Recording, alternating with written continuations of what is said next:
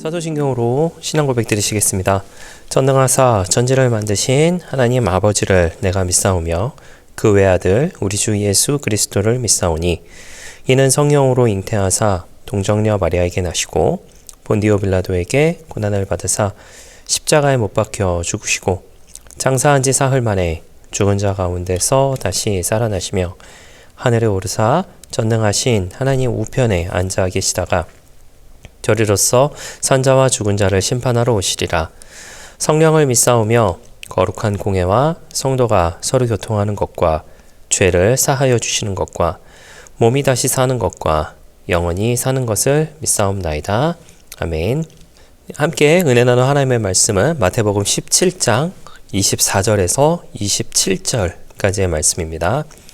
마태복음 17장 24절에서 27절까지의 말씀입니다. 말씀을 읽어드리겠습니다. 가버나움에 이르니 반세겔 받는 자들이 베드로에게 나와 이르되 너의 선생은 반세겔을 내지 아니하느냐. 이르되 내신다 하고 집에 들어가니 예수께서 먼저 이르시되 시몬아 내 생각은 어떠하냐. 세상 임금들이 누구에게 관세와 국세를 받느냐. 자기 아들에게냐 타인에게냐. 베드로가 이르되 타인에게니이다. 예수께서 이르시되 그렇다면 아들들은 세를 면하리라. 그러나 우리가 그들이 실족하지 않게 하기 위하여 내가 바다에 가서 낚시를 던져 먼저 오르는 고기의 입을 열면 돈 한 세겔을 얻을 것이니 가져다가 나와 너를 위하여 주라 하시니라. 아멘. 네, 할렐루야. 저는 본문의 말씀 가지고 함께 말씀의 은혜를 나누기를 원합니다. 율법에서는 이제 매년 성전을 유지하기 위해서 성전세라고 하는 것을 이제 내게끔 되어 있습니다.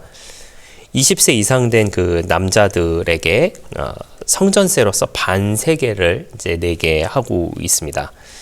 먼저 이제 이 세겔이라고 하는 것을 우리가 좀 살펴보면은요, 이 화폐 단위입니다. 한 세겔이라고 하는 것이 이게 노동자의 4일 품삯을 이야기한다라고 해요. 보통 우리가 노동자의 품삯 하면은 우리가 잘 알고 있는 그 화폐 단위가 있죠. 바로 데나리온입니다. 반세겔이라고 하는 것은 한 세겔이 이제 노동자의 4일 품삯이기 때문에 반세겔이라고 하면은 노동자의 이틀 품삯이 되겠죠. 이것이 이제 데나리온으로 치면 약 한 2데나리온이 아마 될 것입니다. 제가 이제 대략적으로 좀 생각을 해보니까 노동자의 품삯이라고 한다면은 이제 평균적으로 좀 생각을 해보자면 한 10만 원 정도 되지 않을까라는 생각을 하게 되더라고요. 10만 원이라고 한다면 이제 이틀의 품삯이니까 우리나라 돈으로 하면은 약 한 20만 원 정도의 돈이 되지 않을까라는 생각을 하게 됩니다. 사실 20만 원 정도의 금액이라고 한다면 크다면 크고 뭐 작다라면 작은 금액이 아닐까라고 생각이 들어집니다. 왜냐하면 이걸 이제 매년 내는 것이기 때문에 1년에 10만 원이다. 20만 원이다 라고 생각을 해보자면은 생각해보면 그렇게 큰 돈은 아니라고 생각이 될지도 모르겠지만 우리가 보통 그렇잖아요. 이제 목돈을 한꺼번에 내려고 한다면 이거를 월로 환산을 하면은 그렇게 많이 내는 것 같지는 않은데 목돈을 내려고 하려면 사실은 좀 아까울 때가 있잖아요. 뭐 그런 생각을 이제 저는 예전에 한번 좀 가져본 적이 있었습니다. 이것에 대한 근거는 이제 출애굽기에 등장을 하는데요. 출애굽기 30장 11절에서 16절까지의 말씀을 제가 천천히 한번 읽어드리겠습니다. 야훼께서 모세에게 말씀하여 이르시되 내가 이스라엘 자손의 수요를 조사할 때에 조사받은 각 사람은 그들의 계수할 때에 자기의 생명의 속전을 야훼께 드릴지니 이는 그들이 계수할 때에 그들 중에 질병이 없게 하려 함이라. 무릇 계수 중에 드는 자마다 성소에 세겔로 반세겔을 낼지니 한 세겔은 20게라라. 그 반세겔을 야훼께 드릴지며 계수 중에 드는 모든 자 곧 20살 이상 된 자가 야훼께 드리되 너희의 생명을 대속하기 위하여 야훼께 드릴 때에 부자라고 반세겔을 더 내지 말고 가난한 자라고 덜 내지 말지며 내가 이스라엘 사람에게서 속전을 취하여 회막 봉사에 쓰라. 이것이 야훼 앞에서 이스라엘 자손의 기념이 되어서 너희의 생명을 대속하리라 라고 하는 것이 이제 그것이 시작입니다. 대부분의 그 유대인들은 그 로마의 관세에 대해서 굉장히 분개하고 있었던 상황입니다.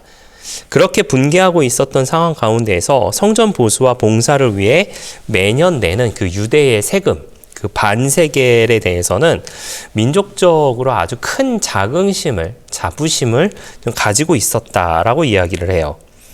그 반세겔 받는 자들의 물음에 대해서 예수님이 이제 사회적인 기대를 순응하지 않았다는 그런 평판도 얻고 있음을 이제 시사를 하는 것인데, 여기서 예수님은 원칙적으로 자신이 독립적인 분임을 주장하신다라고 하는 그런 해석이 있습니다.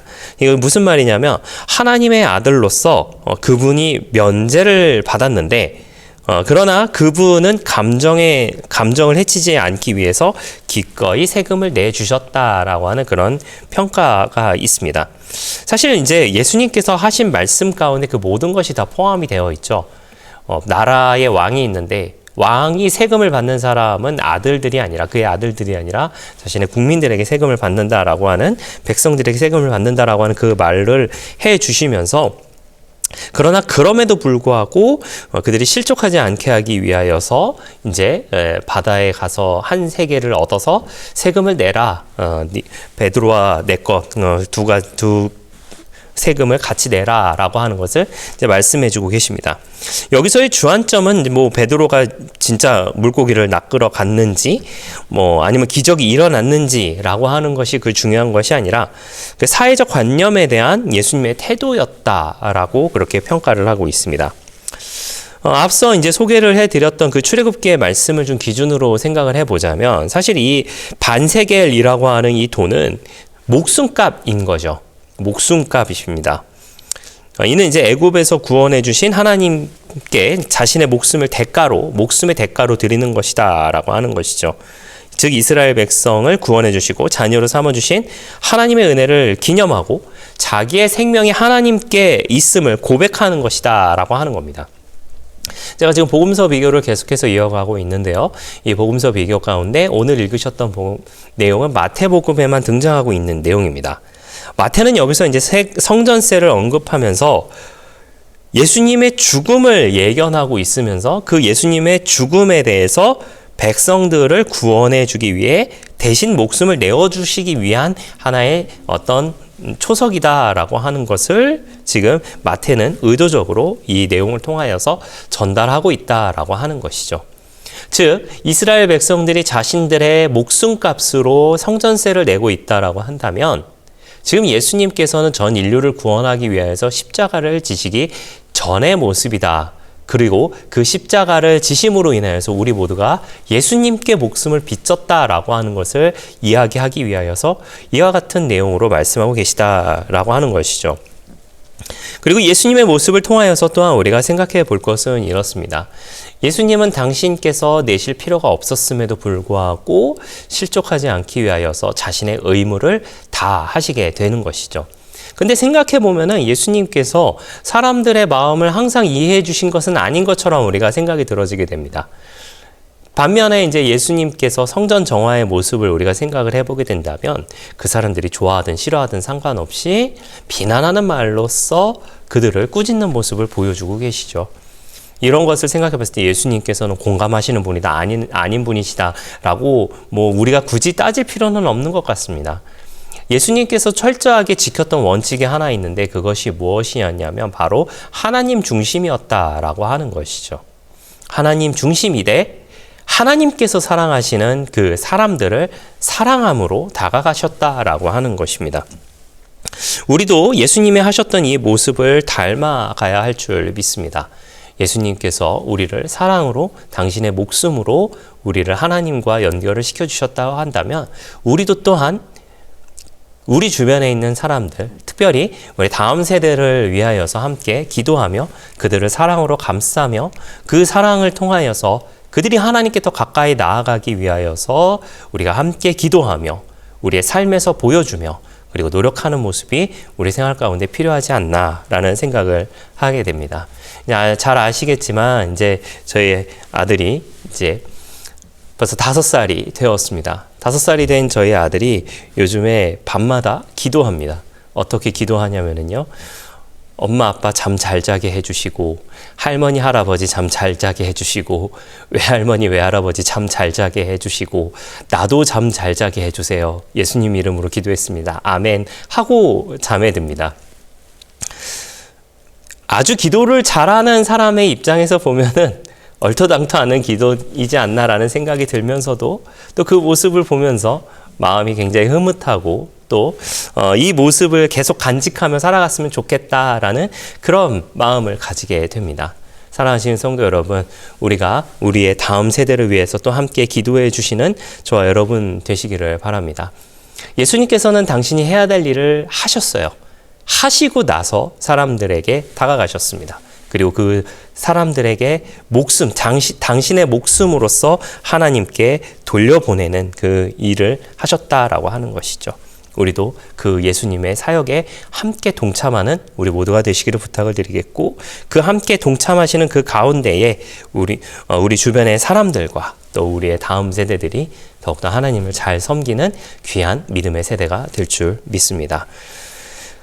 기도하고 예배를 마치도록 하겠습니다. 좋으신 아버지 하나님 감사합니다. 저희를 주님의 자녀 삼아주시고 또 함께 예배드리게 하시니 감사를 드립니다. 예수님께서는 당신이 하셔야 할 것을 하심으로 인하여서 많은 사람들에게 모범이 되셨습니다.